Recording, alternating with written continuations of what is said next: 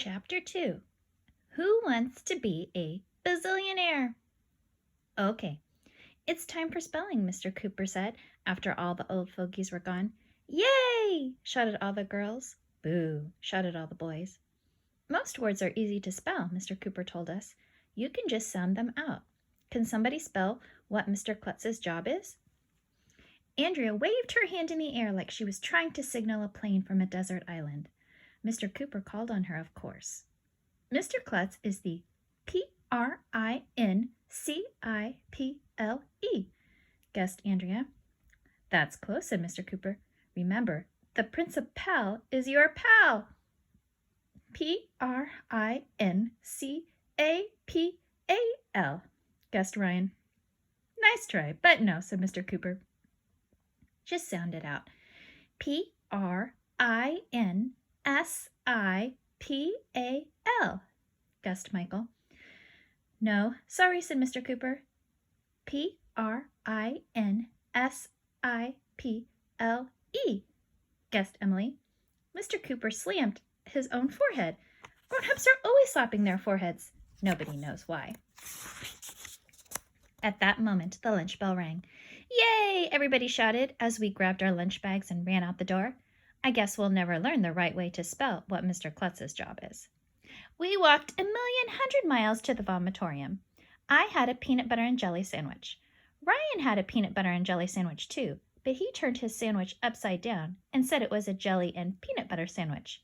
Ryan is weird. Wasn't Grandparents' Day fun? Asked Emily. I hope I never get old, Michael said. I don't want to be an old fogey. Or an old coot, I said. Everybody gets old, Arlo, said Andrea, who calls me by my real name because she knows I don't like it. Getting old is part of life.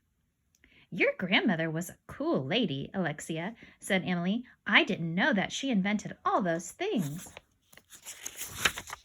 Yeah, she invented lots of stuff, said Alexia. Last week she invented a cookie dunker that prevents your hand from getting full of milk when you dunk a cookie. I bet she made a ton of money, I said. Hundreds of dollars.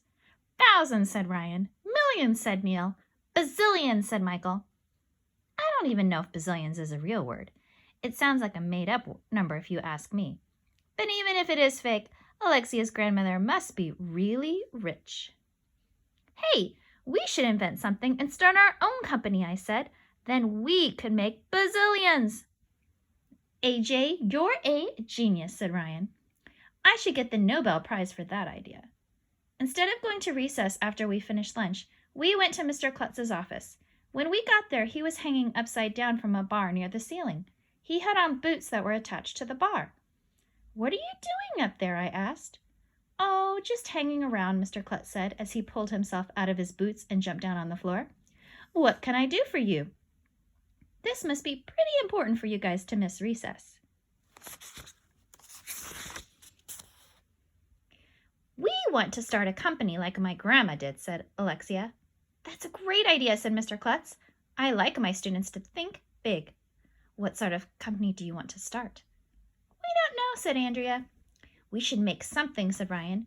Well, what do you want to make? Asked Mr. Klutz. We want to make bazillions, I said. Said Mr. Klutz.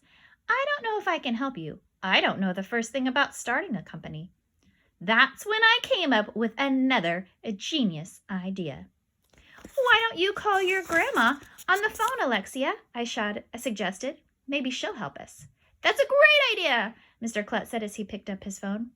No wonder I'm in the gifted and talented program. Alexia told Mr. Klutz the cell phone number for Mrs. Master, and he dialed it.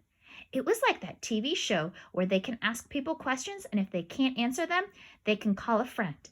Mr. Klutz turned on the speaker on his phone so we could hear what Alexia's grandmother had to say. Hello, said Mrs. Master. This is Mr. Klutz, over at elementary school, said Mr. Klutz. May I speak with Mrs. Master? Speaking, said Mrs. Master.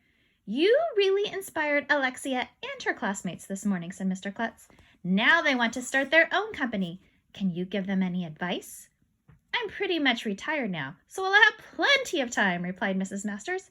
I'll be right over. Yay! We all shouted.